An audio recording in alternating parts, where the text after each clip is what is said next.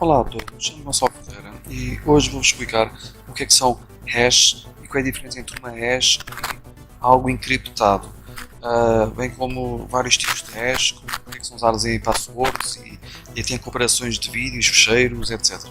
Isto é muito importante saber em termos de segurança, como também para perceber depois como é que funciona o YouTube, comparação de imagens, Content ID, todo esse tipo de coisas. Em primeiro lugar, o que é uma hash? A hash é uma função de dispersão criptográfica de um sentido apenas, ou seja, a partir do momento em que nós transformamos uma informação numa hash, nunca mais recuperamos a informação que lá está. Há uma grande diferença entre hashing e encriptação. No hashing, a partir do momento em que nós transformamos qualquer pedaço de informação numa hash, não conseguimos recuperar o que originalmente tínhamos. Ou seja, podemos transformar um texto enorme numa hash pequenininha de 32 caracteres, não podemos recuperar o que lá estava. Enquanto a encriptação é diferente. A encriptação, vocês podem encriptar um texto enorme, o texto continuará mais ou menos enorme, mas encriptado, mas poderão recuperar mais tarde esse texto. Ou seja, na hash perde-se informação e na encriptação nós mantemos informação, apenas a encriptamos. Ou seja, de certa maneira, disfarçamos informação, a não ser por outras maneiras que irei explicar mais tarde neste vídeo. E agora vocês perguntam, mas para que servem as hash se nós quando transformamos um pedaço de informação numa hash perdemos informação? Serve para muitas coisas. Elas são, entre aspas, perfeitas para armazenar passwords. Porquê? Porque é bom comparar passwords transformadas em hashes para ver se são passwords certas ou não, mas não gravando a password. É bom para comparar ficheiros, etc, etc. Apesar de dar para recuperar essas passwords de outras maneiras que eu irei explicar mais tarde também. E acima de tudo, com as hash poupa-se muito espaço, o que é ideal para comparar grandes ficheiros e textos e outro tipo de coisas. Vamos agora ver, por exemplo, o que é uma hash. Nesta janela da MSOS eu vou escrever aqui, por exemplo, o exemplo de uma hash. Imaginemos que temos este número. Imaginemos que o algoritmo para transformar isto numa hash seria apenas, pura e simplesmente, somar o número de uns que aqui estão. 1, 2, 3, 4, 5, 6. Esta hash equivaleria a 6, certo? Pronto. Esqueçam a informação. Então agora imaginemos outra hash. Esta hash equivaleria também a 6. Já viram? Agora imaginaremos esta hash. Esta hash, se somarmos os números todos, equivaleria também a 6. Ou seja, como podem ver, estes números gigantes são transformados apenas simplesmente em 6. Só que tanto este como este dão o número 6. Quer dizer que se nós tendo 6, não sabemos quais são as milhões ou quadrilhões de hipóteses diferentes que poderão corresponder a esta hash. Ou seja, podemos ter aqui um 1 com quadrilhões de zeros e depois no fim 5 uns. Vamos fingir que isto iria dar 6. Ou seja, há quadrilhões de possibilidades diferentes que podem originar uma hash. Enquanto com algo encriptado, imaginem, vocês zipam um ficheiro com password, vocês ficam com o ficheiro guardado, ocupa muito espaço, mas depois conseguem recuperar outra vez, é só pôr a password e recuperam, desencriptam. Com a hash não, com a hash vocês transformam coisas gigantescas num número pequeno, por exemplo, numa hash. Neste caso isto seria o exemplo de uma hash, mal feita, mas pronto. E por exemplo, isto aqui é outro exemplo de uma hash. Por exemplo, se nós aqui somarmos apenas os números que aqui estão, ou seja, isto iria dar 15, ok? Nós, a partir do momento em que fazemos isto, nós acabamos de transformar este número numa hash, que é o 15. E qual seria o método usado neste caso? Seria somar todos os números que lá estão dentro. Este aqui em cima que eu fiz dos uns, eu disse que era somar os uns, mas também podemos fazer somar os números, porque o 1 e o 0 no fundo é só somar os uns, não é? Agora, isto são exemplos de hash. Transformamos algo gigantesco numa coisa pequena e a partir desse momento deixamos de conseguir recuperar o que originalmente tínhamos. E normalmente criam-se hash através de algoritmos de hash que estão disponíveis em linguagens de programação. Aqui estou a dar o exemplo de um que é o MD5, aqui estou o SH1, o SHA1, que iremos falar mais tarde. E neste exemplo que eu criei para o efeito, eu vou mostrar-vos como é que nós, tendo aqui dois textos, neste caso são exatamente iguais, como é que nós vamos gerar hash. Isto não vale a pena perceberem, se não souberem programar não vale a pena perceberem, mas o que eu estou aqui a escrever é, vou mandar escrever qual é o texto, e depois vou mandar escrever o que é que o MD5, esta hash MD5 deu em cada um dos textos, e o que é a hash SH1 deu em cada um dos textos, ok? Mas primeiro o importante é vocês verem o que é uma hash a funcionar. Vamos aqui limpar o ecrã e vamos fazer aqui a hash.php.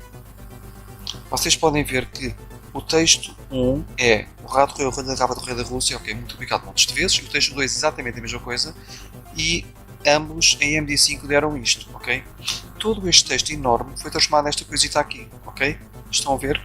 Este texto enorme que vocês aqui têm, ok? Este texto enorme aqui foi transformado neste pequeno número, que está um número hexadecimal, porque vai de 1 a 16, ou seja, 1, e quando chega ao 10 vai de A a F.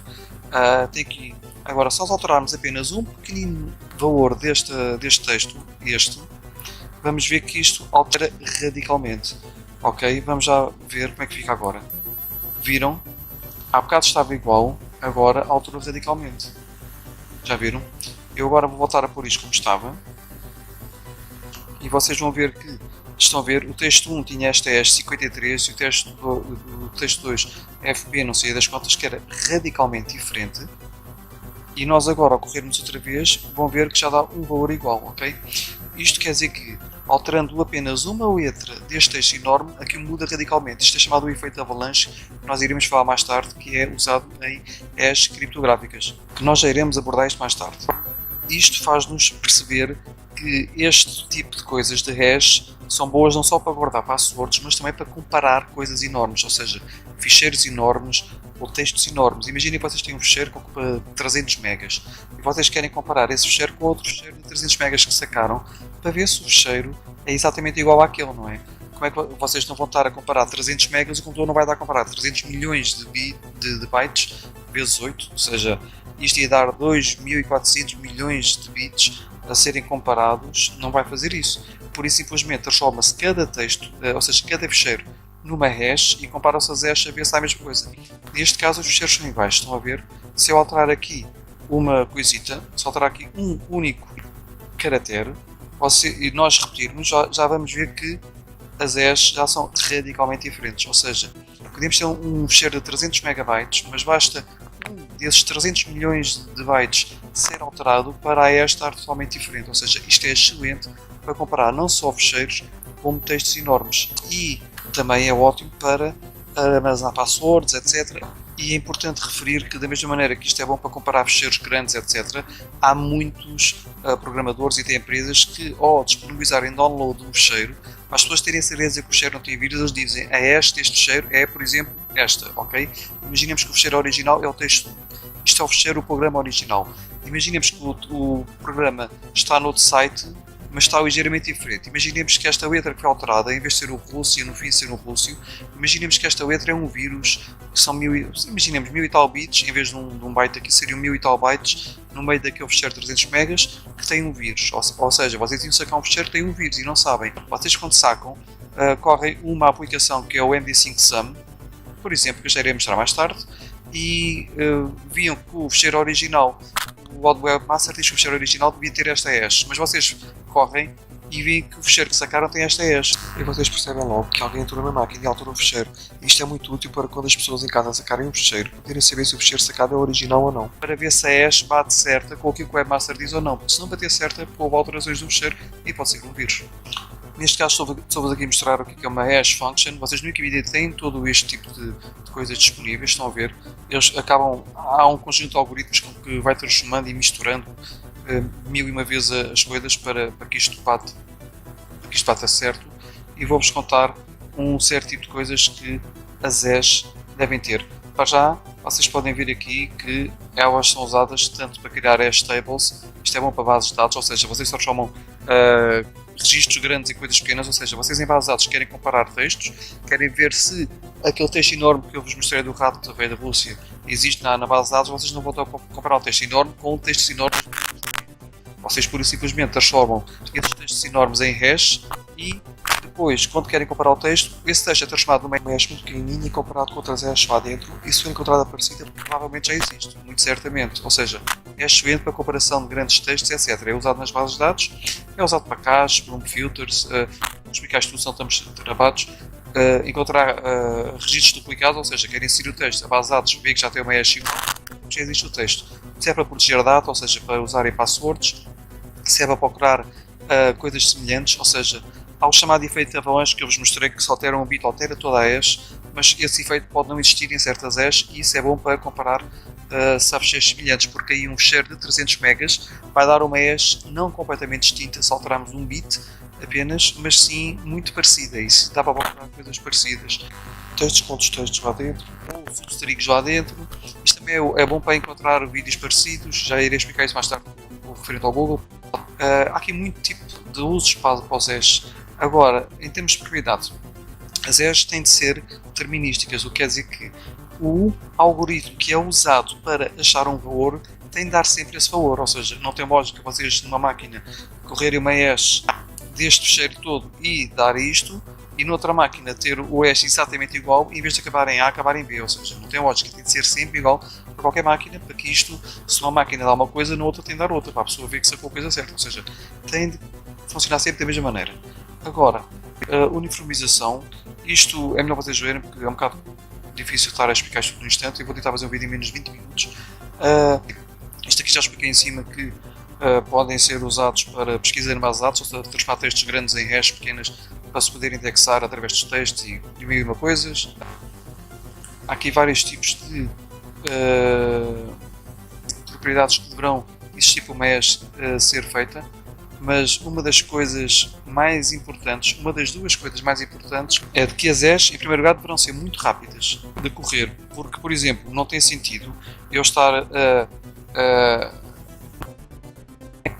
numa 1, 2, 3, 4, 5, por exemplo, número 5, isto é mega rápido de fazer, só que é tão rápido e tão fácil de fazer que se torna bastante inseguro e até tem muitas colisões, porque tanto este, se alguém fizer login com este número gigante ou alguém fazer login com este número, ambos vão dar 5, por isso ele vai deixar entrar, ou seja, muita gente vai com números diferentes ter a mesma password e entrar lá dentro, ou seja, isto é muito mau.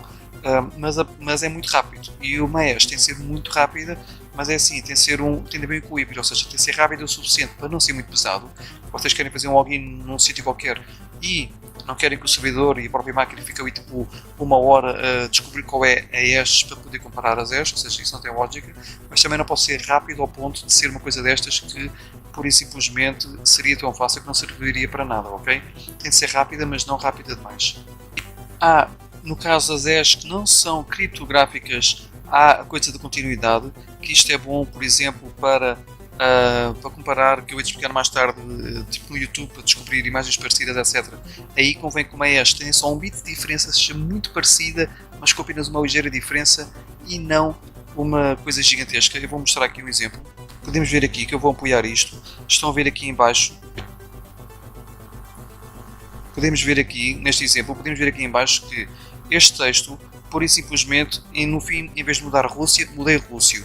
Enquanto uma hash criptográfica, como o MD5, altera, só por causa daquela coisinha de nada no texto inteiro, altera disto para isto, que é uma coisa completamente diferente. Estão a ver bem a diferença. Aqui há um exemplo de um 64 encoding, que é em codificação 64, que não é bem pronto. Pode-se chamar, neste caso vou-lhe chamar uma hash, mas vão ver que, como eu alterei apenas uma coisinha de nada, vão ver que o texto é todo exatamente igual, estão a ver, só muda aqui no fim um único caractere, ou seja, vocês podem ver que o texto é completamente igual, só muda aqui o J para o R, salvo o erro, que eu não vejo mais nenhuma diferença, ou seja, perceberam? O texto é enorme, mudou-se uma coisinha de nada neste texto todo e só muda uma coisinha de nada na hash, ou seja, este é o tipo de hash muito boas para coisas como o YouTube, para comparar imagens ou para comparar frases muito parecidas. Porque nós podemos ter um texto gigantesco de 1000 páginas e nesse texto de 1000 páginas, imaginem que ia dar uma hash assim deste género. 1000 páginas não ia dar uma coisa deste género, mas pronto, imaginem que é uma página enorme, um texto com umas 30 frases e basta que haja uma letra diferente nessas frases e vocês não vão estar a ler as 30 frases para descobrir a letra.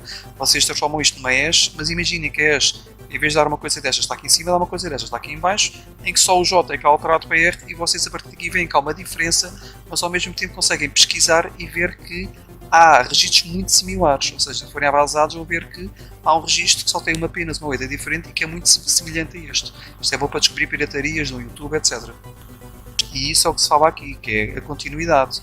Por exemplo, certos casos, hash não criptográficas, é bom existir este tipo de continuidade para descobrir coisas muito parecidas, registros muito parecidos, que é bom, por exemplo, ao YouTube para descobrir vídeos parecidos, que eu irei explicar no outro vídeo ou mais tarde. E nas criptográficas é o contrário, deverá haver o efeito avalanche que eu já irei explicar. E outra coisa muito importante que é não ser reversível, ou seja, as coisas não podem ser reversíveis. Claro que podem ser reversíveis de certas maneiras que eu irei explicar no fim do vídeo, mas normalmente o mesh não pode ser reversível. Depois, tal como eu vos expliquei aqui, vocês transformam esta coisa enorme nisto e a partir disto nunca deverão conseguir ir buscar aquele texto. Só vão conseguir por certas maneiras que eu irei explicar no fim, que já lá chegaremos. Agora, isto são as condições que normalmente as hashes são feitas. Eu aqui usei duas hashes diferentes, que uma delas é o MD5, estão a ver? Está aqui a dizer, o MD5 era originalmente uma hash function criptográfica, ou seja, é daquelas que transforma literalmente tudo. É aqui como eu vos expliquei, basta alterar uma letrazita e muda radicalmente a hash, é uma hash criptográfica, enquanto que, por exemplo, aqui em baixo alteraria só uma coisinha de nada, estão a ver? Já não seria uma criptográfica. O MD5 era originalmente uma hash criptográfica, bem como o SHA1, que eu usei aqui, estão a ver? Dá uma hash ligeiramente diferente. Existe um SHA0, mas não era grande coisa, foi colocado de lado. O MD5 era mesmo muito usado. Este é o fecheiro que eu vos digo que no MSOs vocês podem usar, que é para comparar fecheiros. Eu vou-vos mostrar como é que se compara, por exemplo, um fecheiro. Eu aqui no MSOs tenho aqui um fecheiro que eu criei, que é o colisões.php, e eu vou agora correr este fecheiro e vocês vão ver que o texto bin1 deu isto e o texto 2 bin deu isto. Deu exatamente a mesma coisa, né? Mas o importante é isto. Já vos vou explicar porque é que eu usei este exemplo. Mas o texto bin é isto. É um fecheiro texto, type, texto bin1. Estão a ver? Isto é um fecheiro binário qualquer. Imaginem que isto é um fecheiro executável de um jogo que vocês sacam. Vocês correm um md5 sum e ao texto 1.bin ele vai-vos dar esta hash, que eu agora não tenho aqui o instalado porque costumo usar o Linux. Mas este aqui é o fecheiro que vocês normalmente usam para verificar esses fecheiros. Vocês correm por exemplo, md5 sum, estão a ver como eles dizem soma, aquele exemplo que eu dei de somar os uns, etc. Pronto, isto porquê? Porque normalmente uma hash, há quem diga que é uma soma entre aspas, é um resumo do fecheiro ou do texto, etc. md5 sum, e aqui o fecheiro e tal. E eles vão dar os resultados dos fecheiros num fecheiro que é o hash md5, aqui é um cat, que é o type do Linux. Eles fazem um type ao fecheiro e vão ver que o fecheiro A deu esta hash, o B deu esta hash, o C deu esta hash, ou seja, isto é muito bom para verificar as hashes dos fecheiros. O utilizador, o criador do software diz, olha, este fecheiro é esta. Vocês correm, se veem que a hash não corresponde com aquela que o dono, o criador do software dá, é sinal de que pode estar infectada com vírus, uma coisa qualquer. Pronto. E estão a ver como é que isto funciona, ok? Agora vou-vos mostrar também o SHA1. O SHA0 foi uma porcaria, não funcionava bem. O SHA1 já foi criado pelo NSA dos Estados Unidos, só podia ser, não é? E o 2, o 3 já são muito melhores. O SHA1 já está a tornar inseguro, o SHA2 mais ou menos, o SHA3 está em estudos. Pronto. À medida que as máquinas se tornam cada vez mais rápidas, etc., torna-se cada vez mais necessário ter algoritmos de encriptação de hashing mais complexos para proteger as passwords, etc. Isto é o SH1, vocês poderão ver, estão a ver a função de expressão, que eu não usei há bocado. Isto é uma função de expressão criptográfica. O MD5 era uma função de expressão criptográfica, mas hoje em dia já não é incluído nas listas de funções de encriptação criptográficas. Porquê? Porque já não é nada seguro. Não é nada seguro, porque já foi mais do que quebrado. E por isso, hoje em dia, já ninguém recomenda essas funções. Vocês procurarem aqui na lista de, por exemplo, em PHP, na lista de funções que podem usar, vocês têm aqui vários exemplos nas funções criptográficas. Estão a ver? Tem o MD5, etc. O SH0 era uma porcaria, nem sequer cá está. Mas o MD5 foi usado durante muito tempo. Estão a ver qual é o tamanho com que eles ficam. Fica com 32 bytes. E tem aqui uma coisa, o SH1 já tem 40 em vez de 32, fica um resultado um bocadinho maior, hexadecimal também. E o SH 256 já tem 64. Depois o SHA, pronto. O 256 já é melhor.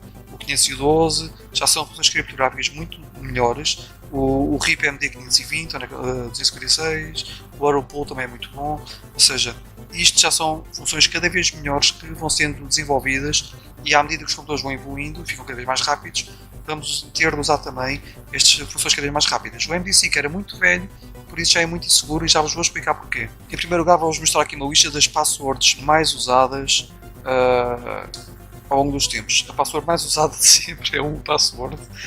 Só uma pessoa parva é que usa uma coisa dessas. E eu vou até 1, 2, 3, 4, 5, 6, ou até o 6, 7, 8. E há uns que usam o QWERTY, tal, Monkey. Raios parte, eu não percebo porque é que há pessoas que usam password de Monkey. Mas isto era em 2011. O Monkey em 2018 já perdeu bastantes utilizadores, vejam bem. Já está em 13º o Monkey. Há pessoal que mete a admin, isto é normalmente passwords por defeito, 1, 2, 3, 4, 5, pronto. Olha, vejam bem, a mais usada agora é 1, 2, 3, 4, 5, 6, quer dizer que alguém que havia pessoal que tinha password 1, 2, 3, 4, 5, alguém lhes disse que a password era incorreta, obrigaram a mudar e puseram 1, 2, 3, 4, 5, 6, pronto. Enfim, as pessoas são parvas, metem passwords destas. Agora é assim, o que é que acontece com isto? Eu vou-vos mostrar porque é que não se deve usar este passwords. Imaginem que alguém consegue hackear uma base de dados do site e os sites normalmente não armazenam, se for minimamente decentes, não armazenam o password. Imaginem que o site, em vez da password, imagina o MD5 da password, que era muito usado antigamente. Vamos aqui fazer um teste. E isto é um hábito meu por umas reticências. Agora vamos fazer echo o MD5 da pass. Como é que era a pass? A pass era password, ok? Eu não posso pôr acentos nisto porque eu não estou com o UTF. Não tenho o UTF em código a funcionar bem. Vou pôr aqui password, ok? Agora vou pôr aqui. Isto aqui é um enter, que é para ficar bonito o texto. Pronto. Vou duplicar o enter. Pronto. Vamos já correr isto.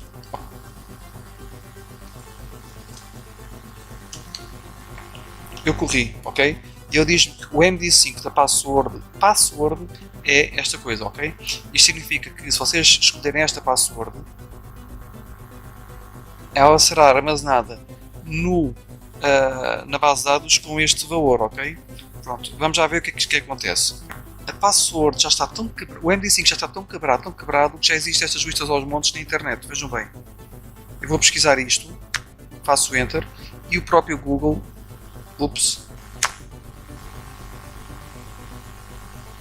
e o Google não encontrou porquê? Porque eu sem querer não pus aqui um espaço, estão a ver? E como não pus um espaço, ao correr isto, eu juntou o E ao número enorme e por isso copiei um número a mais, ou seja, isto não devia ter o E. Se eu pesquisar aqui a password, vão ver que já aparecem 1001 sites a dizer que isto corresponde à password. Querem ver onde é que está? Tanto faz, está aqui escrito password, ok? Agora vamos pesquisar outra password. Em vez de password vamos pôr aqui monkey, porque depois visto muita gente usa, e vamos ver que monkey iria dar, esqueci de alterar a password para monkey, não importa. Querem ver como aparece a dizer monkey? Aqui está, password a dizer, ok, estão a ver, monkey, MD5 hash for monkey is blá blá blá, ou seja, estas passwords são, além de serem tão usadas, como o MD5 já foi tão quebrado que considera-se como uma função criptográfica ou de hashing que é muito má, quando basta vocês pesquisarem a hash no Google e já vos aparece o resultado, quer dizer que isto é mesmo muito mau. Não só mostra que a password é má, como o MD5 está mais do que quebrado. E já ireis falar sobre isso. Já agora vou corrigir isto. Mas em primeiro lugar quero-vos dizer uma coisa. Há várias maneiras de recuperar passwords que eu já vos tinha explicado há bocado. Já é tão fácil sacar a hash de MD5, ou seja, requer tão pouco poder de processamento que qualquer computador caseiro hoje em dia saca montes de passwords. Já toda a gente criou uma coisa chamada Rainbow Tables, que algumas têm apenas as passwords mais usadas, outras têm todas as passwords que possam existir num range de, por exemplo, de 0 a 20 caracteres. Há aqui todo tipo de coisas. Por exemplo, aqui vocês precisam por sites, eu não estou a querer ensinar a fazer coisas más, mas pronto, mas há aqui listas com 500 e tal gigabytes, há listas com 1 tera, ou seja, a pessoa só tem de sacar Aqui estão todas as passwords que possam ter, por exemplo, entre 0 a 9 caracteres, entre 1 a 9 caracteres, alfanuméricos, etc, etc. Por isso é que até é bom, quando a gente põe passwords, usar também cifrões, etc, ter mais do que 9 passwords, pronto.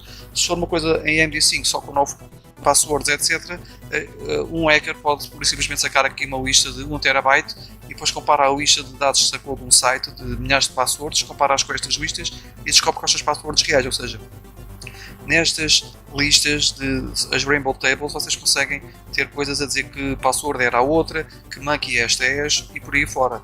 E é isto normalmente as pessoas fazem, têm Rainbow Tables, sacam as passwords, comparam-nas com as Rainbow Tables, não vão estar uma a uma a fazer brute force uma a uma, ou seja, não vão estar numa a uma a fazer milhões de combinações até descobrir qual das és é que dá aquilo. Não, porquê? Porque já está mais do que quebrado, basta sacarem as listas e nestas listas Rainbow Tables comparam as passwords com as hash correspondentes e descobrem quais são.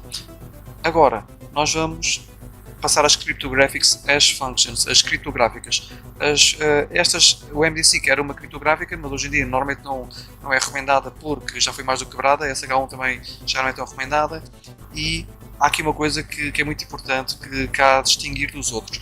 Ela é determinística, ou seja, tem de dar sempre o mesmo resultado, não é? Tem de ser rápida de computar e tem de ser muito difícil gerar a mensagem original a partir daquela de onde ela veio, ou seja, tem de ser difícil recuperar a coisa original, coisa que agora é fácil com o MD5, ou seja, o MD5 agora já é muito fácil, porque já existem Rainbow Tables, por isso já não se insere tanto as Cryptographic Hash Functions, apesar de ser uma, só que já não se insere tanto aqui. E agora, muito difícil de encontrar duas mensagens com o mesmo hash value, ok? Isto é importantíssimo, que são chamadas colisões. É muito importante que não hajam colisões. Agora, aqui, vê se há uma coisa que aqui vos explica isto. Estão a ver isto? Input Fox, blá blá blá. Isto, vocês podem ler isto, que isto vos explica muito. Se vocês quiserem partir com isto, eu agora, pronto, eu não tenho aqui nada que vos possa mostrar. Eu vou passar a outra coisa que eu tenho aqui. Por exemplo, as SH1 que eu vos mostrei, a SH0 daqui está, 160 bits, mas era uma porcaria, nunca foi usada. A SH1 já é muito melhor, a SH2 já é muito melhor, a SH1 já não é grande coisa. A SH3 vai ser usada em breve, tornada standard um dia, se calhar, pronto, por aí fora. Mas o que eu vos tenho a dizer é, as colisões eu tenho de vos falar do Pigeonhole Principle, que é o quê? O princípio dos buracos dos pombos, ou em português deveria ser o princípio das escadas dos pombos, não sei, que diz assim: quando nós temos N itens para meter em M containers, ou seja, temos neste caso N pombos para pôr em M contentores, ou N casas de pombos, pelo menos imaginemos que aqui temos 11, aqui temos 10 pombos para colocar em 9 casas. Se temos que colocar 10 pombos em 9 casas, há 2 pombos que vão para a mesma casa, ok? Quanto maior for o número N, ou seja, o número de pombos em relação ao número de casas, pior é, porque imaginem que são 100 pombos, não, isso é coitados dos pombos, imaginem que são só entre aspas, 20 pombos para colocar em 9 casas. Isso significaria que nesta casa iria ter 3 pombos, aqui 3 pombos e nas outras 2 pombos, ou seja, isto ia ficar sobrelotado. 2 pombos em cada casa, coitados dos pombos, e enfiar 3 pombos, entre aspas, coitados dos pombos, que não vamos estar a enfiá-los aqui, não é? Mas enfiar 3 pombos em cada uma destas casas é muito mau. Quanto menor o número de pombos por cada casa, melhor, ou seja, o M deveria ser maior do que o N. Ou seja, o que acontece quando há muitos pombos para pouco número de casas, ou seja, neste caso 10 pombos para 9 casas? Significa que há aqui uma colisão. Este pombo vai colidir com este. O que é que nós queremos dizer com colisão? O pombo é, no fundo, uma hash gerada, ok? Aliás, peço desculpa. O pombo é, neste caso, uma mensagem que vai corresponder a uma casa, ou seja, uma hash. Imagine que cada uma destas casas é uma hash possível, ok? E aqui estão 10 pombos, ok? São 10 textos. Os pombos são textos, imagina, 10 pedaços de informação. E aqui queremos ver que há 8 destes pombos que correspondem a uma hash que nenhum outro tem. Mas há 2 destes pombos, ou seja, 2 destes pedaços de informações diferentes que correspondem à mesma hash, à mesma casa. São 2 pombos de uma casa. E isto é mau. Quanto maior o número de pombos em relação ao número de casas onde eles encaixam, ou seja, quanto maior o número de pedaços de informação para o número de casas onde eles podem encaixar, ou seja, neste caso pedaços de informação que se costumam usar, não vamos comparar aqui coisas com quadrilhões de teras, não é? Isto, vamos comparar a informação palpável e possível de atingir. Pior é, e vou-vos dar um exemplo de colisões. Já agora eu queria dizer esta piada. Imaginem que nós quiséssemos encaixar isto. É assim, tínhamos de fazer isto por turnos. Neste caso, este aqui tinha de 12 horas cada um para ali e para o poeiro, e o outro ficava a voar durante 12 horas. Eu queria aqui um fecheiro em PHP para ser uma coisa fácil de fazer em casa se quiserem, e vou ter aqui duas colisões em texto. Vocês podem ver que esta string, este pedaço de texto, é mais ou menos igual ao de baixo, a não ser por... aqui está duas diferenças, pelo menos, não, está aqui uma, em vez de 5 aqui tem um D, de resto é igual, e em vez de 0 tem um 2, ok? São as únicas diferenças que eu vejo. Pronto, esta string é igual, esta string é exatamente igual, quase igual, só que aqui em vez de um 0 tem um 2, e aqui em vez de um 5 tem um D. Vocês lembram-se, como eu mostrei há bocado, que num texto enorme, basta mudar o A para o O, e a MD5 passa disto para uma coisa radicalmente diferente, certo? Então agora vamos ver o que é que acontece com dois simples caracteres alterados aqui. Estão a ver? Aqui o 5 é alterado para D e aqui o 0 é alterado para 2. De resto é totalmente igual. Mas se vocês forem ver, correspondem em MD5 exatamente iguais. Isto é o quê? Isto é uma colisão. Uma colisão. E agora vamos mostrar também isto com ficheiros. Vocês querem fazer o MD5 de um ficheiro. Isto aqui é MSOS, não é o Linux. Vocês vão fazer aqui um type ao texto 1.bin e o texto 2.bin. Aqui parecem iguais, não é? Parece-me a mim. Mas se nós os abrirmos, vão ver que são diferentes. Vejam bem, o texto 1 dá isto. Aparecem letras chinesas porque, pronto, os caracteres deram a entender que fossem letras chinesas. Vocês podem ver que isto tem os dois o mesmo tamanho, de 64 bytes. Agora, vamos pôr o texto 2. Apesar de parecer igual, na minha soja são diferentes. Tem algumas diferenças, estão a ver? Há aqui diferenças. Apesar daqui parecerem iguais. Mas, eu neste programa, eu vou ler o fecheiro. Eu tenho aqui uma função que é para ler o fecheiro. Ele vai abrir o fecheiro, ok? Para quem não percebe como é que funcionam estas funções, é assim, o ler fecheiro, para já o F vai ser igual ao texto 1.bin e o texto 2.bin. Ele vai ler o fecheiro F, quer dizer que ele vai correr esta função com o texto 1.bin. Vai abrir o fecheiro e vai-me devolver o resultado, que é o texto do fecheiro. Esse texto vai ser convertido com o MD5, ok? Para dar aqui a solução, ok? A string deu MD5 isto. Depois o resultado que ele dá vai estar em hexadecimal. Vai estar em valores hexadecimal que vão ser convertidos para string. Eu vou usar isto como uma função que vai converter isto para string. E depois ele vai fazer o MD5 disso. E vocês vão ver que quando eu corro, ele vai dar a mesma hash. Estão a ver? A mesma hash. Os textos são completamente diferentes e tem aqui a mesma hash.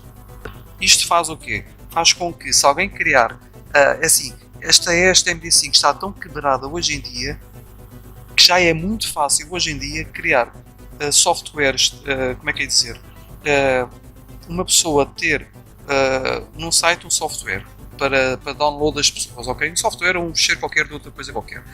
E eu hackar o site dessa pessoa e alterar esse fecheiro para um fecheiro que tenha um vírus lá dentro, por exemplo, mas fazer isso de maneira com que esse fecheiro, ao ser testado para a hash MD5, dê um valor exatamente igual. O que acontece? Vocês nunca acreditem quando têm sites a dizer está aqui o download e para verem se é o fecheiro certo, corram esta hash. Se for uma hash MD5, vocês não se fiem nisso por uma razão. Por um lado, também é um bocado difícil que andem hackers a tentar hackar todo o tipo de fecheiros e sites e pronto, também é difícil acontecer, mas é possível que alguém tenha hackado o site, tenha alterado o fecheiro para um fecheiro que tenha vírus e tenha o feito de uma maneira que esse fecheiro, depois de achar a sua hash MD5, dê uma hash exatamente igual ao do autor, só que o fecheiro é diferente e tem um vírus. Por exemplo, neste caso, o texto 1.bin e o texto 2.bin, como vocês podem ver, são completamente distintos, estão a ver? São completamente distintos e os dois têm a mesma hash, só que um poderia ter um vírus e o outro ser o original. Por isso já não se fiem hoje em dia em ver se os fecheiros são originais ou não pela hash MD5. Só tem de ser hoje em dia pelo menos com uma SH256 ou algo assim.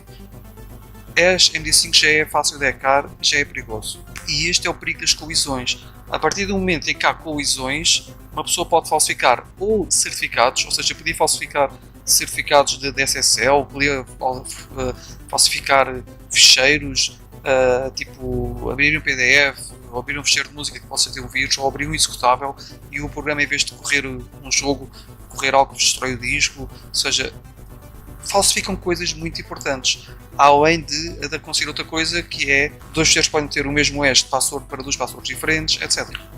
Por isso, por um lado, vocês podem pensar, mas é assim, há quadrilhões de fecheiros, é muito difícil que algum fecheiro vai dar igual ao outro. Sim, é difícil, mas quando alguém tem intenção de, intencionalmente, perdoem o neoplasmo, tentar fazer com que o fecheiro tenha a mesma hash do outro, só para lá meter um vírus, ele consegue fazer isso, e isso é muito mau. E quando, tal como vos mostrei há bocado, um sistema de hash está tão quebrado que ao ponto de vocês procurarem a própria hash e já aparecer em todo o lado, mil e tal resultados a dizer qual é o hash da password, ou password hash, e já tem montes de rainbow tables onde podem sacar isso. A partir desse momento, essa hashing function deixa de ser válida e passa a tornar-se perigosa, e devem evitá-la ao máximo. E esse é o grande perigo de usar funções hash já obsoletas. Vocês têm aqui, já nas cryptographic hash, aqui a dizer que convém não termos várias mensagens para o mesmo valor, ou seja, para já temos aqui, já vos mostrei isto aqui, e aqui está o princípio das escalas dos pombos, que eu não sei como é que é traduzir o Pigeon Hole Principle, ou seja, o facto dos pombos, não é? Casa dos pombos. E quanto mais mensagens para menos hash possíveis, pior é. Ou seja, mais colisões existirão, mais pombos vão para a mesma casa, depois os pombos vão andar aqui a depanicar-se um no outro e em lutas, e nós não queremos que os pombos andem aqui em lutas, não é? Ou seja, nós queremos evitar colisões. E com o passar do tempo, com o avanço dos computadores, torna-se cada vez mais difícil evitar isso com hash fracas, e temos de ir melhorando as hash. E aqui tem algo, se quiserem depois pesquisar, a falar o que é o efeito avalanche, que é aquilo que eu vos falei, que é, basta alterarem um bitzinho, que é, bastarem alterar um bitzinho que seja de um texto enorme, ou seja, alterar aqui um bit, quer dizer, um bit também, mas aqui neste caso também estou a alterar um bit, porque neste caso o A e o O só devem ter 1 ou 2 bits de distinção, ou possivelmente, não sei, era preciso ver o código ASCII. Basta alterar aqui um byte para a hash ser radicalmente diferente. E isto é o efeito avalanche, que numa coisa não criptográfica como o Base 64 Encoding, vocês vão ver que é tudo exatamente igual, tirando apenas aqui o J que passa a R, ok? Ou seja, uma coisa gigante só altera uma coisinha de nada, não tem o efeito avalanche, enquanto aqui existe o efeito avalanche e tudo é radicalmente alterado. E este efeito avalanche é muito importante para, por exemplo, passwords e todo o tipo de coisas, ou seja, as hash criptográficas usam isto, incluindo a MD5, e as não criptográficas, as hash ou não hash, não usam o efeito avalanche, e por isso já quase não são da diferença. Estas são melhores para pesquisas, tipo procurar frases semelhantes na base de dados, registros semelhantes, etc., textos semelhantes. É bom para o Google descobrir vídeos semelhantes, enquanto que isto é para o efeito contrário, é para evitar ao máximo descobrir coisas semelhantes, é para passwords e outro tipo de coisas. E vocês podem estudar o efeito avalanche no YouTube, que o YouTube tem tudo o que vocês queiram saber. No YouTube, quer dizer, peço desculpa, no Wikipedia. No YouTube não sei se vocês vão encontrar coisas que expliquem isto bem, mas deve haver, não é? Mas no Wikipedia vocês têm tudo e mais alguma coisa sobre isto. É que passa a vida com o YouTube na cabeça. E o efeito avalanche pode ser explicado de certa maneira com o efeito borboleta. Vocês reparem que basta alterar uma coisinha de nada num texto enorme e muda radicalmente a hash. Estão a ver? MD5, e muda radicalmente a hash SHA1. Estão a ver? Mas aqui não há o efeito borboleta, não há o efeito avalanche, só muda uma coisinha de nada. Estão a perceber? Esta é boa para pesquisar coisas semelhantes, esta é má. Esta é melhor para passwords, enquanto esta seria muito má para passwords. Porque vocês punham uma password e descobriam que o texto era quase igual, sabiam qual era a password que estava lá mais correta, e o outro não. Mostrar uma coisa muito importante em termos de colisões, que é, vocês vejam que eu aqui alterei apenas uma coisinha de nada no texto 1. Vocês aqui podem ver que no texto 1 é totalmente diferente do texto 2.20, como eu vos mostrei há bocado, e apesar do MD5 dar igual, tem uma colisão, o SH1 não tem colisão. Ou seja, vocês lembram-se que em vez do 0 pus um 2, e que em vez do 1, 5 pus um D, ou seja, duas pequenas alterações no texto inteiro, e o MD5 deu igual, ok? Colisões, estão a ver? Isto aqui é por causa do UTF encoding que eu não tenho. Enquanto que o SH1 não tem uma colisão neste caso, estão a ver? Não há colisões. Quer dizer que, neste caso, uma string MD5 sozinha dava uma coesão, enquanto se misturasse uma SH1 com uma MD5 já não havia a coesão. Eu depois, um dia mais tarde, explicarei duas coisas distintas, que é, por que razão é que como é que no YouTube se faz uma pesquisa de vídeos semelhantes através que é usado para o Content ID, que são formas que escondem do público, mas qualquer programador de Express saberá encontrar soluções para isso, e eu vou-vos dar soluções para como criar uma espécie de Content ID, como é que aquilo funciona e porque é que eu nunca irá dar bem com o artigo 13, por exemplo.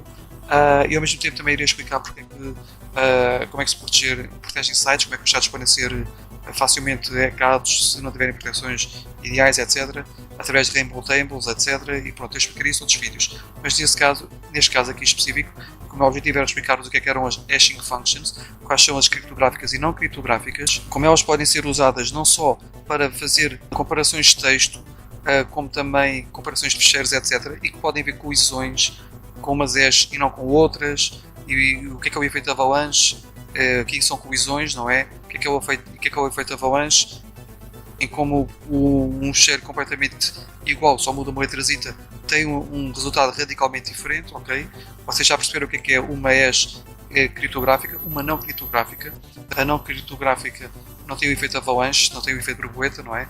A criptográfica tem o efeito borboleta, tem o efeito avalanche. Quando é que uma hash muito... uma não criptográfica está aqui, não tem o efeito borboleta, não é? Como é que pode acontecer quando há colisões? Ficheiros diferentes podem dar a mesma hash, e isso pode fazer com que vocês sejam enganados ao estar a sacar um ficheiro com vírus e vão fazer a hash, veem que é igual, pensam que é o mesmo e afinal que tem o vírus dentro.